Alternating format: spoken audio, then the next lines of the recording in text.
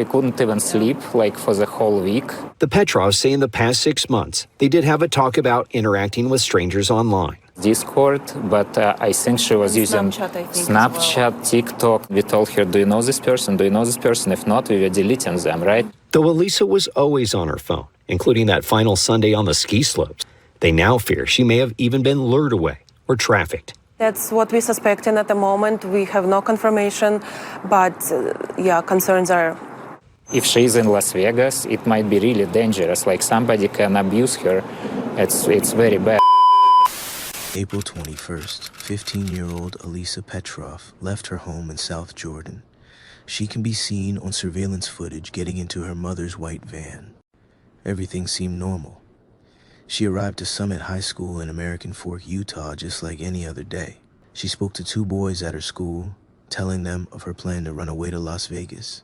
The boys told her it was a bad idea and very dangerous, but she did not listen to their advice. Within minutes, she vanished. Alisa never made it to class. After leaving the school building, Alisa walked only 2 parking lots away to the Speedway gas station, located directly next to the school. Surveillance cameras captured her there shortly after leaving the building, alone, and purchasing snacks and water. It was later reported that Alisa received a ride to the Utah Transit Authority's Front Runner station from someone driving a white SUV. While there are no publicly released images of this vehicle, the detail has raised further questions. From the station, she boarded a southbound train to Provo. Witnesses later saw her at the Provo station, asking strangers for help getting to Las Vegas, Nevada. Why would someone help a child purchase a bus ticket?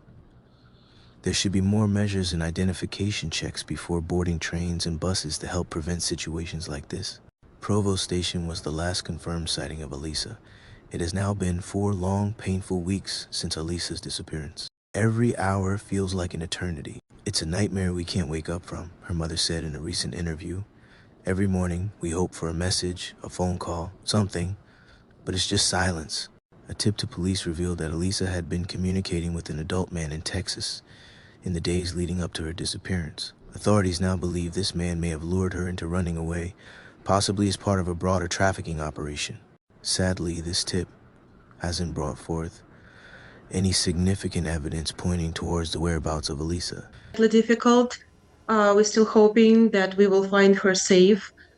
I know almost 3.5 weeks passed, but we still have a lot of hopes. Police is working, and we don't know where she is, but hopefully she can see that we miss her, that we wait for her, and we will be happy to bring her back home. And then we connected police with them, and they said that they got some footage, but police is also not really telling us like what they saw in this footage. It's a little bit weird here, because this is actually, I just asked them 2 days ago, like what did you see there and what not, and they did not really clarify anything specifically, but it sounded like they got some footage, they looked at something, and they didn't see anything identifying or weird on that footage. Texas and Nevada are known to be 2 of the top hubs for human trafficking in the United States, especially Nevada, which remains the only state in America where prostitution is legal in some counties. The legalization of sex work in parts of the state has created a dangerous environment where traffickers can more easily hide their activities in plain sight. Alisa is 5 feet 3 inches tall, with brown hair and brown eyes. She was last seen wearing baggy jeans, a gray Harvard University t-shirt, a black hoodie, and carrying a dark backpack. Since that day, she has had no social media activity and has not contacted friends or family, an uncharacteristic and alarming absence. What could have driven Alisa to leave behind her family, school, and life? Alisa comes from a supportive and financially stable home. Her parents frequently take family vacations, eat at nice restaurants, and have always tried to give her the best opportunities. She's never run away before, not once, her father said. That's why we're so afraid. This isn't like her. Some close to the family believe that Alisa may have been emotionally manipulated. Experts point out that teens don't always run from abuse. Sometimes they run toward what they think is love, freedom, or validation. In many cases, traffickers exploit teens who are simply looking to feel seen, heard, and valued. Games like Minecraft and Roblox and all social media apps have become fertile ground for predators. These individuals build trust, offer promises, and then trap their victims emotionally, psychologically, and sometimes physically. Groups like 764 are known to blackmail teens into silence and submission, using threats or compromising information to control them. The mother confirms what investigators tell me. Once 764 members have any sensitive information or photo of a girl, they threaten to expose her to her family or school if she won't do what they want. For added pressure, 764 members sometimes call in phony reports of crisis at the victim's home. Police! So police arrive guns drawn, a process called swatting. It happened to that mother and daughter. The special agent in charge of San Francisco's FBI office tells me the agency has more than 250 investigations underway, with each of its 55 field offices across the country handling 764-related cases. And so the FBI is working hand in hand with our partners, our federal, state, and local partners for training, for awareness, and to work together collaboratively to really combat this threat. This tragedy shines a light on a terrifying reality. Every 2 minutes, a child is sold into trafficking.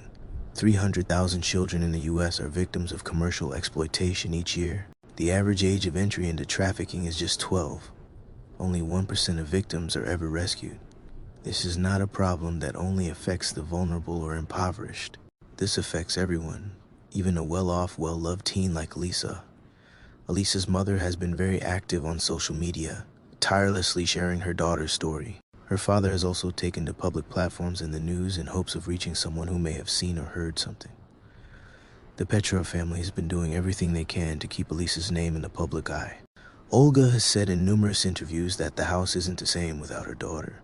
It's quiet, lonely, and missing the light that Alisa's smile and jokes used to bring. The community in American Fork and beyond has come together in an outpouring of support. Organizing search efforts and online campaigns, people across the nation are sharing Alisa's story, unwilling to let her be forgotten. To the person who has our daughter, said Olga Petrov, do the right thing. Let her come home.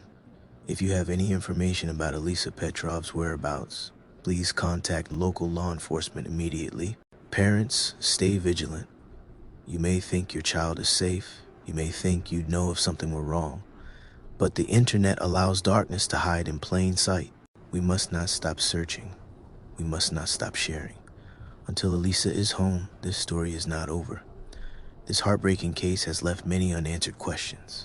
Could Alisa's disappearance be the work of a sick group? Possibly one of the many known to target vulnerable teens online?